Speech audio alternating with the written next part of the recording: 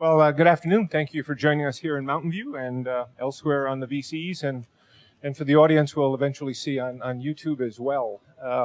Very pleased to have Louis Lapham with us today. Let me share a couple of thoughts as we get into this conversation.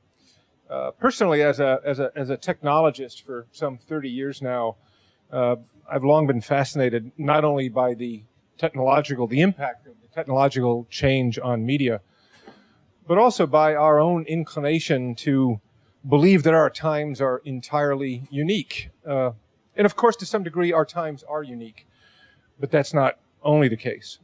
Often there are common themes across time that are fascinating and often extremely informative.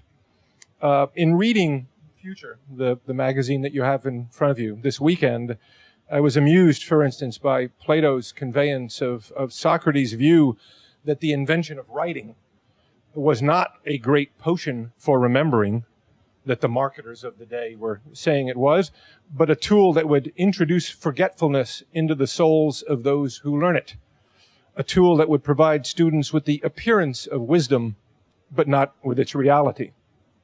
Or how, for instance, the Swiss scientist Konrad Gessner raised the alarm about the effects of information overload and its confusing and harmful effects on the mind. The interesting thing was that was in 1565, and his warnings referred to the flood of information unleashed by the printing press. Common themes. Today we grapple with how the internet has disrupted the business models of print publications, but forget, for instance, that the period of great near monopolistic success of newspapers was really limited to a 40-year period and triggered largely by the introduction of television and the subsequent winnowing of 3 to 4 newspaper towns down to 1. It's for those reasons that I find the editorial model of Lapham's Quarterly to be so fascinating, because it looks at a single issue, a single theme, a single subject, and exposes how that subject was considered across time. So if you read this issue of about the future, you'll read Plato, you'll read Ray Kurzweil, you'd read Gandhi, you read Philip K. Dick. So let's talk to Louis Lapham.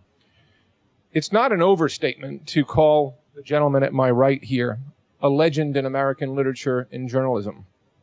His leadership of Hopper's magazine for nearly 30 years and guided it through its richest period of analysis of our politics and our culture. Beyond his editorial leadership, I think it's important to note that Louis is a profoundly talented writer, and anyone who simply reads the introduction to this issue will see that quite clearly. And a keen observer of our life, our times, and the ideas that evolve within that. As Bill Moyers put it, Louis Lapham speaks the truth to power and wealth in each issue of America's oldest political journal. In the essays he writes and the articles he publishes, he opens the veins on issues like class, power, and politics. So thank you very much, Louis, for joining us today. Thank you, Rick.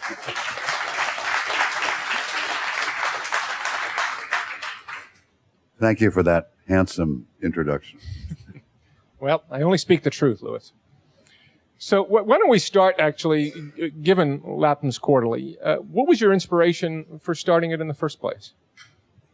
Well, I started out in life wanting to become an historian, and I went to graduate school for 1 year at Cambridge University in England after having graduated from Yale, and found out very quickly that I was not cut out to be a scholar.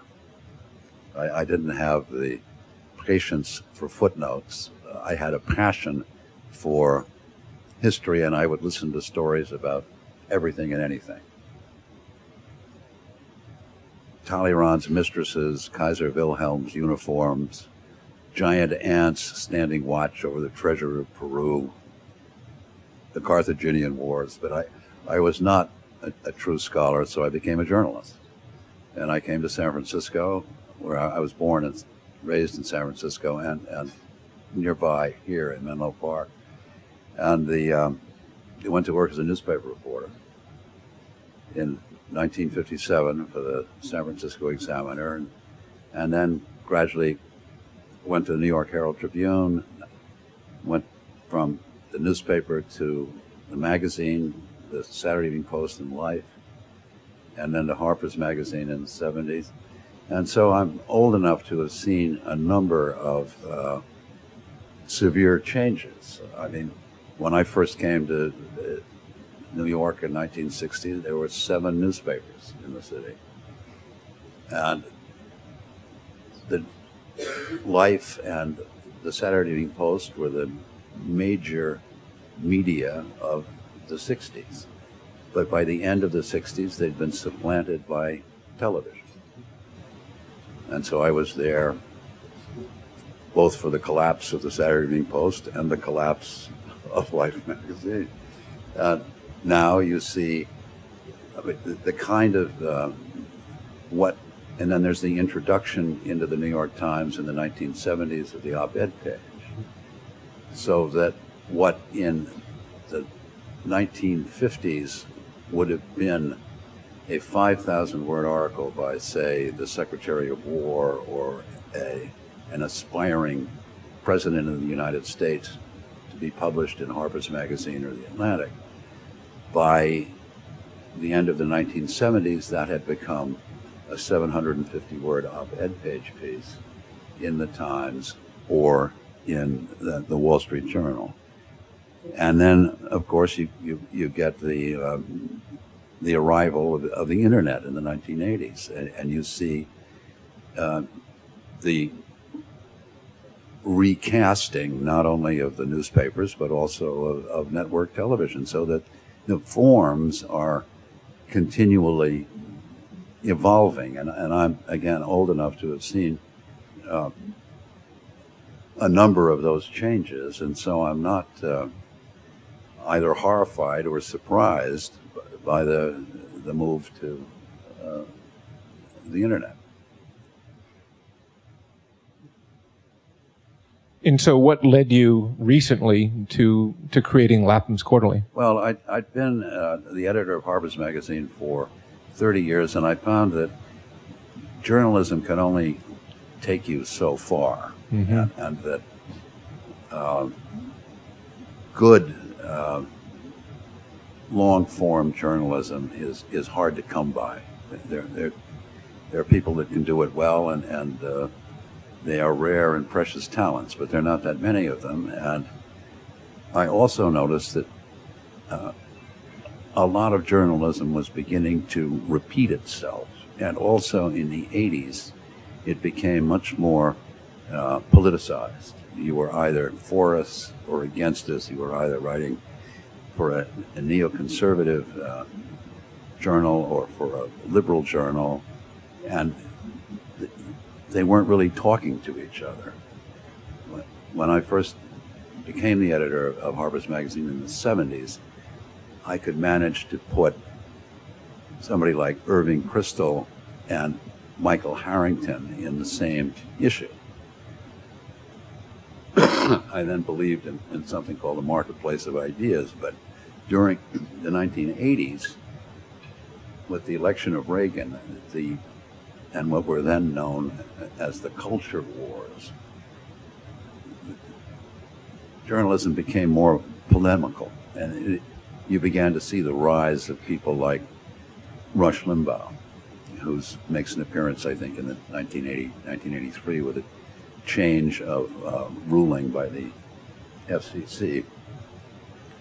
And so I was becoming increasingly dissatisfied with journalism, at least as I'm talking about monthly long-form journalism with literary pretensions. I'm not talking about news clips or headlines.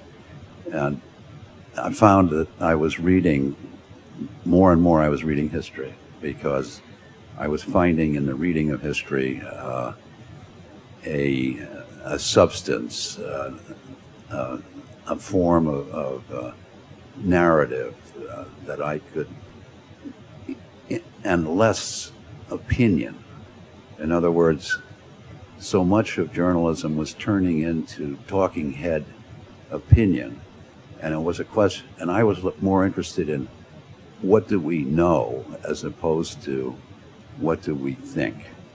And I was finding the answers to that kind of question in works of history.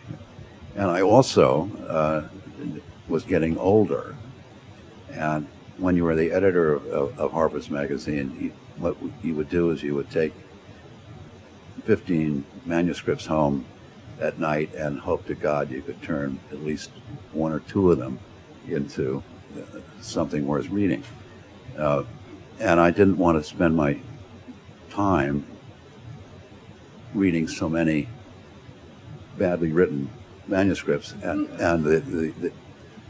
I figured that I wanted to reread Thucydides or Gibbon or Tolstoy or Dickens or Balzac, and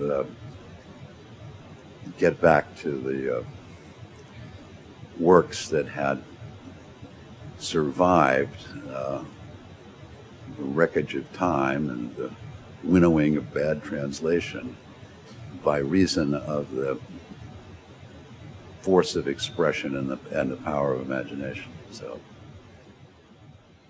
So, with regard to this issue, which people have before them right now on the future, were there specific messages that you had in mind as you assembled that? Did you know No. when you went into it? Well, I just knew that it was this Quarterly has been going on for 4 years. This is the last of volume 4. And what we do is we take a topic that's more or less in the news. In other words, in the spring, we did one on work, because the question of unemployment was in the headlines. Last summer, we did one on food, because food is a page one story in many different ways, in terms of the world's natural resources, in terms of environment, in terms of rising population, as well as in terms of the aesthetics of fine dining. We've done issues on medicine and on money and on war. And so I try to find a subject that has some purchase in the current conversation. And at the moment, at least in the United States, there is a good deal of concern about the future. It is not what it used to be. And so this is an approach to the idea of the future over time as it has existed. You can actually look at the future, you can think of the future as America's first and best natural resource. I mean, the future is what moves the merchandise. I will, happy birthday at every point of sale. I will be a new man or a new woman. And so that when you're buying the car or where you're buying the eyebrow pencil, you're in a way buying the future. I mean, it's the advertising business. And much of our consumer society is founded on the advertising. So there's that kind of future, and then there's also the dark and apocalyptic future, which is the one that is used by sometimes the state, at other times by the church, to keep the population in line. In other words, it was the great source of power for the Vatican or for the Christian Church through most of its 2,000 years. The fear of hell, and it's also what keeps the money coming to our military defense complex. The fear of Russians, or the fear of Al-Qaeda, or terrorists behind every bush, and so on, is what, bids up the prices of the weapons industries, and we have now the market in fear. Essentially, was what was the main product being sold by the Bush administration for eight years, and we now have something like 840,000 people working for the National Security Agency, and they are the largest landholder in Virginia by far, although most of the facilities are underground. But either the hope of the future or the fear of the future are what drives both the America's politics and its economy. I'd like to let's go a little bit deeper on that. I won't quote the whole thing because you just touched on it here, but clearly post 9/11, as you point out, we've seen the loss of our utopian romance, our sense of the positive future, which is important because it's our perception of the future that really affects what we do in the present, in many regards. Well, it's the perception of the future that is in fact the stock market. Because when you're buying stock, you're buying the future. 97% of the dollars in circulation are invested in the future. I mean, that's what you're buying. So right. I don't mean to interrupt. I just mean to confirm your point. Yes. Okay. Yeah.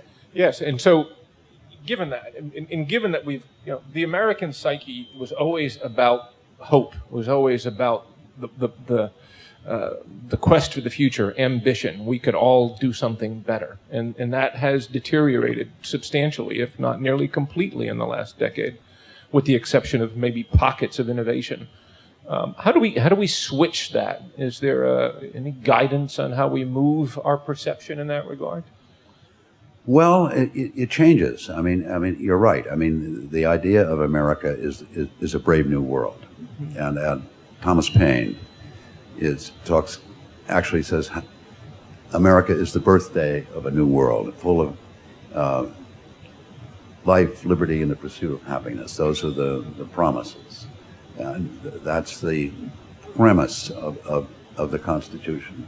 The Constitution is a tool with which to plow the ground of one's own invention of oneself, or acquiring of property, or making something of oneself. I mean, these are the freedoms granted by the Constitution, and it's certainly in the thought of Jefferson.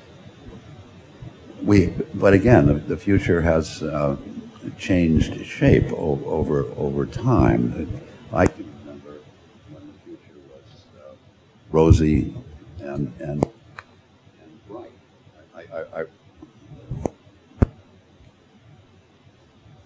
I can remember the Kennedy administration. I can remember the election of John Kennedy in 1960. A brave new world, a new frontier, men on their way to the moon. The young Kennedy appeared in the guise of the young Prince Hal, inheriting the kingdom from the aged uncle Eisenhower, and again a sense of youthful hope and expectation. And then, of course, you have the assassination of Kennedy, and that leads to some of the what follows from that, or among the things that follow, are the argument about the Vietnam War, the reappraisal of the American government as a tyrannical, lying establishment. You get the, on one hand, in the 60s, you have various visions of the futures in the 60s. You have the flower people in Woodstock and the Summer of Love. And then on the other hand, you have the Chicago Convention of 1968, the assassination not only of Jack Kennedy, but also his brother and of Martin Luther King. You have the complete transformation of the Beatles. I spent the, let me see, get the year right. Yeah, the early winter of 1968 in Rishikesh with the Beatles. And the Beatles had just come from the Summer of Love in the States. And 68 is here they are in Rishikesh talking to the Maharishi. And it's at the same time as the Tet Offensive that is taking place in Vietnam, where it becomes clear that we have lost the war. And then followed in that spring of 68 by the assassinations of Bobby Kennedy and Martin Luther King, and then the Chicago riots in the summer of '68, and you can see the turn in the Beatles' music. The music that prior to '68 tends to be have a happy, lilting, hopeful tone, and after '68 the Beatles break up very soon after that, and the music begins to turn interior and ambiguity and melancholy. There was a very dismal view of the future at the end of the Nixon administration. Not only did you have the Vietnam War and the violence of the civil rights movement, but you also had the Watergate. You had the revelations of America's treachery abroad under the guidance of the CIA in Chile and elsewhere. And you get a period where the interest rate, by the end of the 1970s, the interest rate has gone up to whatever, 18%. Gold is selling for even more money than it's selling today. And there's a feeling of gloom, which is encapsulated in Carter, who is talking about American malaise. And there's a feeling of depression. And then you have that followed by the New Morning in America, brought by Ronald Reagan from sunny California.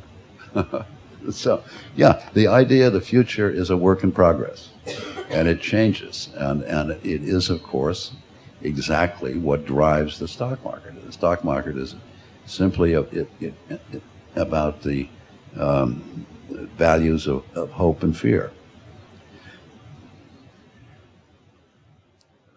It's an interesting and keen observation. I think, again, we tend to forget that, I think part of what I take out of that is, in a sense, our views of the future have typically been more pessimistic than optimistic. Well, in our recent history, yes. Yeah. I'd like to take and torque this a bit, and given your decades of experience in media and your firsthand witnessing of media transformation in various instances, and certainly I have to believe your longer-term study of the evolution of media. Certainly we want to talk about the internet, but before we even go there, I'd be interested in your insights as to how journalism itself has transformed over time in approach, in tone. For instance, today we decry, and for good reason, how much of today's mass media landscape is so tawdry, but forget that journalism, though that term wasn't really used then in the time of Jefferson, was not exactly a paragon of truth, ideas, and wisdom. Far from it. The journalism as we know it, at least as far as if I got the story straight, starts with the Fugger newsletters in the 16th century in Augsburg, Germany. The Fugger Bank was the biggest and most powerful bank in medieval Germany. And it starts as newsletters from agents in various parts of the world. Letters from Peru about the mines, letters from Egypt about cotton. It's all about trade, and it's all about money. That's the first birth of journalism. And it is today, which is one of the reasons why today probably the biggest and largest and most successful news organization in New York is Bloomberg. Bloomberg is hiring foreign correspondents. They have 2,600 foreign correspondents, all of them reporting on markets. I mean, if you want to know what real estate costs 42 miles southeast of Sofia, Bloomberg will tell you. And so there is, and that is journalism at its roots. That's the root of it. It's also the root of the early journalism in America. You have a few newspapers. You're talking about Jefferson and Adams and the Alien and Sedition Act and the newspapers of the 1890s, and they are violently partisan. The accusations that are being leveled by the Federalist papers at Jefferson and by the Republican papers at Adams would today be considered scandalous and outrageous beyond belief. I mean, all of the writers would be sent home to wash out their mouths with soap. There was nothing they wouldn't accuse each other of, but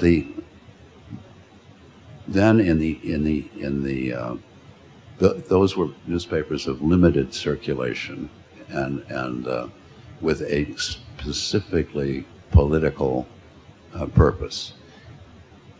The major newspapers, I can't remember the names of them, but they were for the merchants. They were the kinds of things, they were enormous broadsheets, as long as 4 feet across and 6 feet long, which would be spread out on coffeehouse tables in the ports of Boston, New York, and Charleston. And again, it's all about trade. It's about which ships are arriving, which ships are departing, what cargoes are being sold, what land is being advertised, and so on. Then in the 1830s, you begin to get the sensationalist press. The New York Sun comes on and sells for a penny, where the established merchant press sold for 5 or 10 cents. And these are fabulous stories. I mean, they're about scandal. They're about murders in 5 Points in the city of New York. They're about, it's what Henry Luce, in his memos setting up Time magazine in 1920, sent a memo to the staff explaining what Time magazine was about. And what it was about, according to Henry Luce, was, I quote, sex and grue. By grue, he meant gruesome, murder, train wrecks, kind of along the lines of the New York Post today. So the journalism has always played to the crowd. I mean, and it's played to a market, and it deals in sensation. And the people who say, well, why is the press so filled with bad news? Why can't they give us some good news? And the point, that kind of criticism misses the point, because the good news is the advertising. The bad news is the suckering the customers into the tent, so that they can then, in the first the top of the hour on the news is the body bags in Brooklyn and the terrorists in Libya and the forest fires in California. And then when you're thoroughly frightened, then it comes on the smiling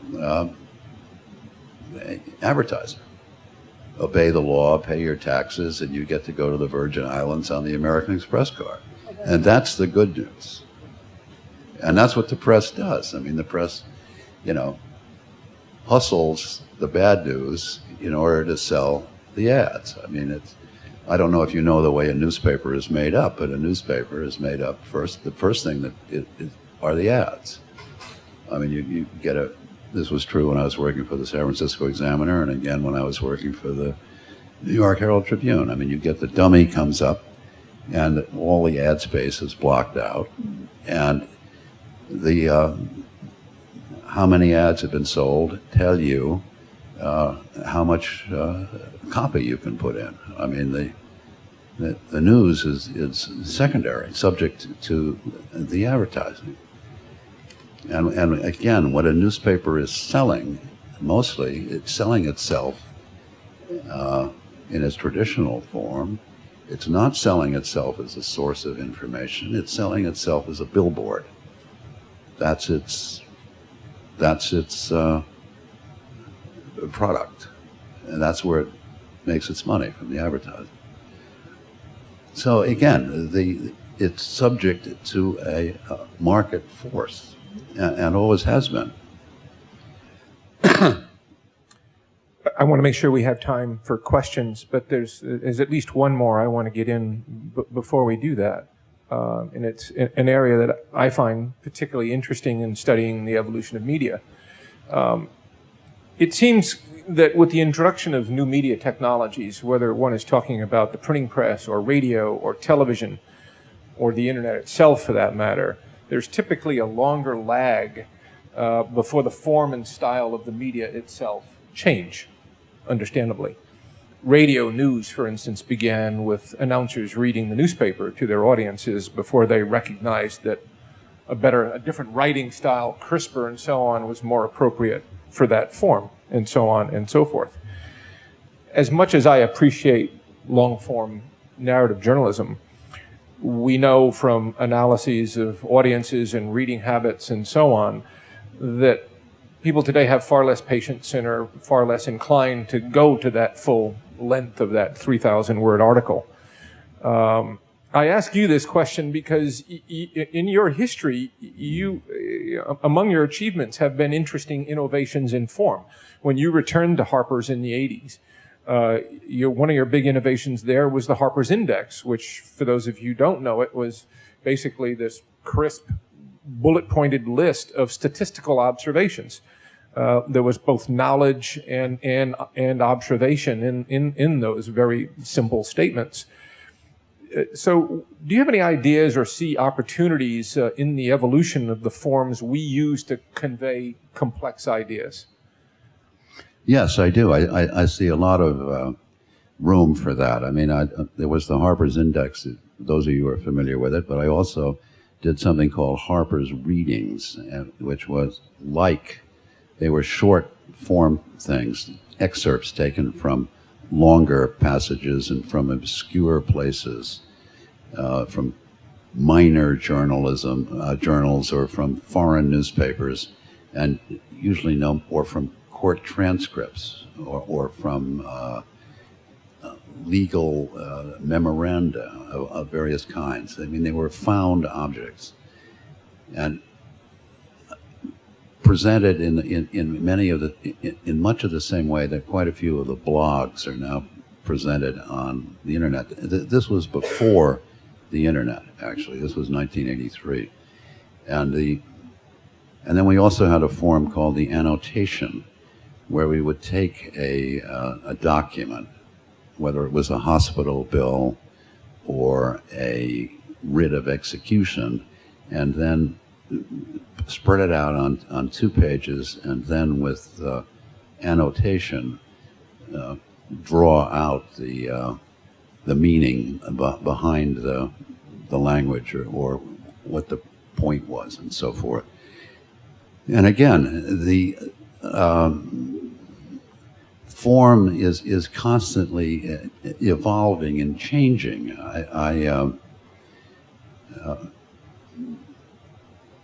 And I think this is true not only with print, but also with what can be done online, also what can be done with film or documentary. I mean, I have a great fondness for documentary film, but I think it can be further developed and become more of an art form. The movable type is invented in 1450, more or less.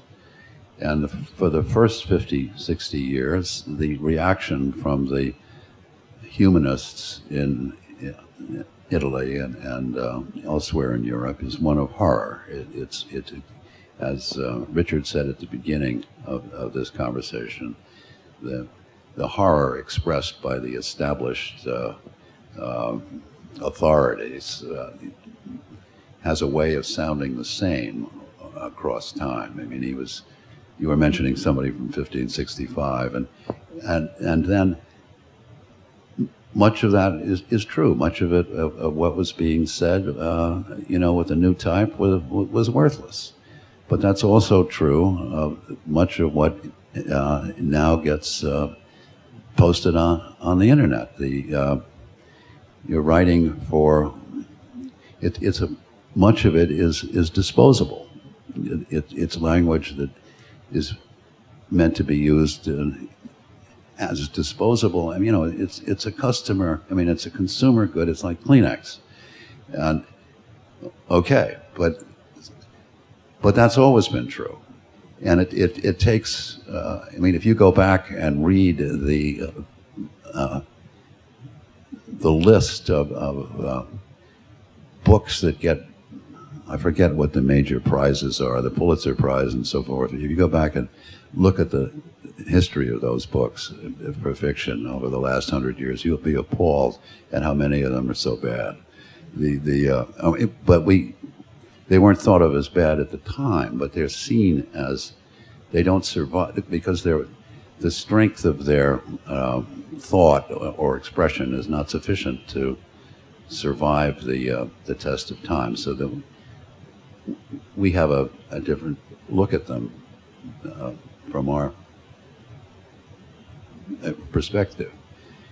But I'm losing my train of, but no, so you have the movable type, comes in the late 15th century, but it's another 100 years before you get to Cervantes, Shakespeare, and Montaigne, all of whom are more or less contemporary at the end of the 16th century, who have found a way to use the new tool and bring to it art and high form of expression. And I assume that we will be doing the same kind of thing with whatever language evolves out of the technology that we now have with the internet. I mean, obviously there'll be a drive toward compression, something in the direction.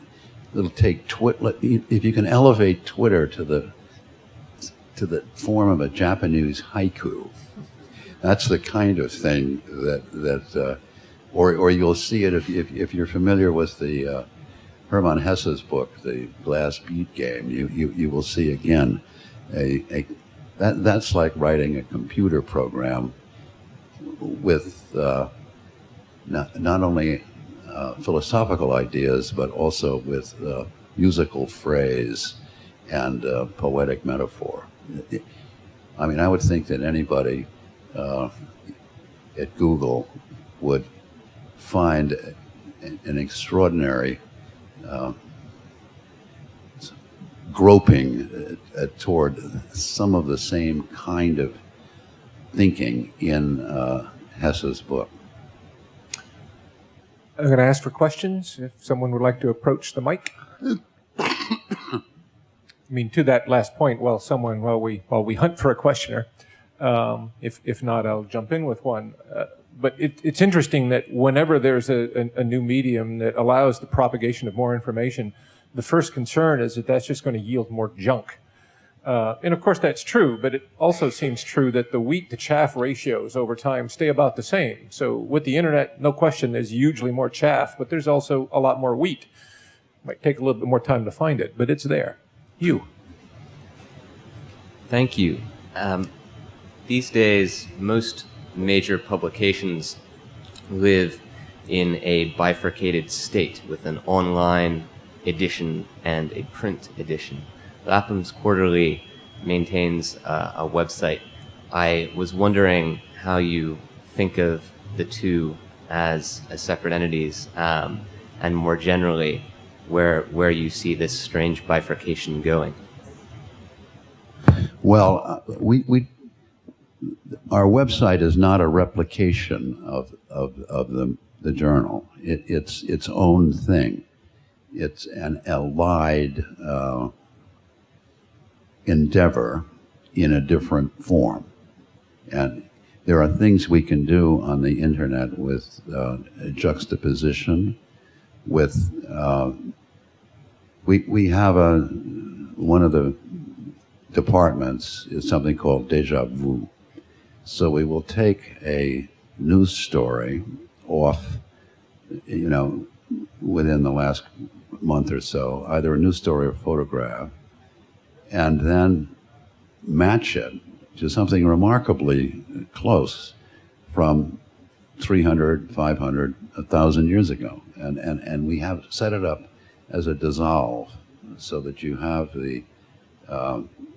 the first thing you see is the current image or the current story, and then it dissolves into the historical record. We also find it is a way of using of getting contributions from interested readers who will send further texts and supplements. We're also using it as an audio source, and not only interviews with some writers and historians, but also a way of getting at the sound archive. We have in the United States, both at the Smithsonian and the University of Michigan, very voluminous sound archive. So the idea would be, if in the issue itself we have a speech by Teddy Roosevelt, on the website you could hear it. And there are amazing things that can be done with that. We haven't developed that yet to the fullest possibility. And there's also the other way. I'm hoping to use it for documentary film. I made a documentary film a couple of years ago, then it was up for a prize in Amsterdam, and I went to the Amsterdam International Documentary Film Festival, and I stayed in Amsterdam for 3 or 4 days, and I was astonished to see how much documentary film there's being made all over the world. I mean, by people in not only Saudi Arabia and Mongolia, but also in Indonesia, as well as in Russia and the Balkans and so on. And none of this really makes it onto American TV because there's no market. The BBC will take maybe 50 of these films a year for distribution in England, but at least at the moment, our television, PBS, Bravo, and so on, History Channel, are not interested in politics. I mean, it's okay, polar bears and disappearing ice, but they don't want to see the political story or the historical story. And a lot of this, again, is not very good. But that's true of anything. It's not only true of, there's not only a lot of junk in the news on the internet, there's a lot of junk in the bookstores. There's a lot of junk. I mean, the world is full of junk, but it's also, there is, there's gold too. And the idea is to And the gold usually takes time to appreciate it, or to it takes engagement on the part of the reader. In other words, the work of art to me is the engagement between the artist and the beholder. And if they're you get a moment in time, really, where the person looking at the painting, or the person reading the poem or the novel or the philosophy tract, is in the same space at the same I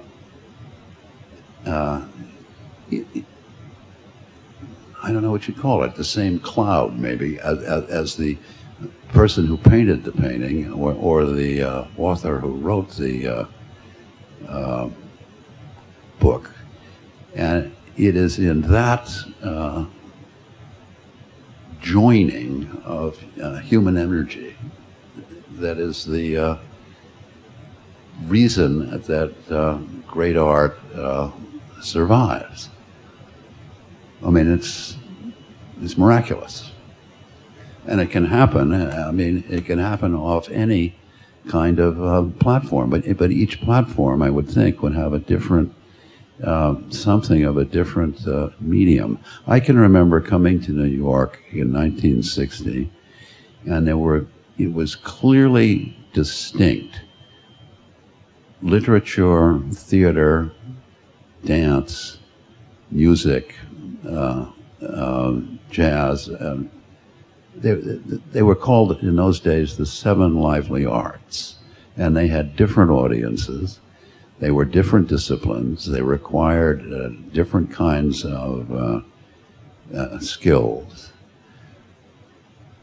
and they were all valued within their own terms. By the end of the 60s, you have something called media. Media is a word that comes out of Marshall McLuhan and Understanding Media in 1964. And by the end of the decade, the seven lively arts had been kind of fused into an amalgam called media, which is something else. So that again, it's constantly in flux. I'll tell you another difficulty with media. I mean, I did a film once that was the history of American foreign policy in the 20th century, and I got to write it as well as to walk around Hanoi and talk it. But you come up against this kind of problem. You come up against. I was given either, I can't remember whether it was 73 words in 42 seconds or 42 words in 73 seconds in which to explain the origin of World War II. And the voiceover had to connect the still footage of the Munich conference in 1938 with the news footage of the German Stukas bombing Warsaw in 1939. And there you see, that's a problem in form. I'm not saying it can't be done. I don't think I did it. I did it, but I don't think I did it very well. But in order to do that well, you have to evolve a kind of a language that is, again, closer to poetry than it is to prose. And maybe that is certainly the direction over the last 100 years has been toward shorter and shorter and shorter. I mean, if you go back and read Harper's Magazine in 1850, everything was 10,000 words in very small print. And so that's clearly a direction. Visual is another. You know. But the thing is, there's so much room to experiment and to fool around. I mean, it is, I would think, an exciting prospect to try to invent new forms and within the new form still have the density and the intensity of something worth thinking about. Louis, I have to thank you. Your perspectives are both refreshing and inspiring, no matter how difficult some of the times might be. I don't know if we have time for I think we don't, as much as I would love to. I also want to close with definitely go to that GoTo link, get your free subscription, and if you can afford it, buy another subscription and give it to a friend. Yes. $49 a year. It's a great buy. It's hours of entertainment and knowledge. I can't imagine a cheaper source of entertainment and knowledge. So go buy one now. But again, it's been an absolute pleasure and Richard, indeed an thank honor. you. And I look Really. forward to continuing the conversation. Thank you very much. Thank you. Thank you.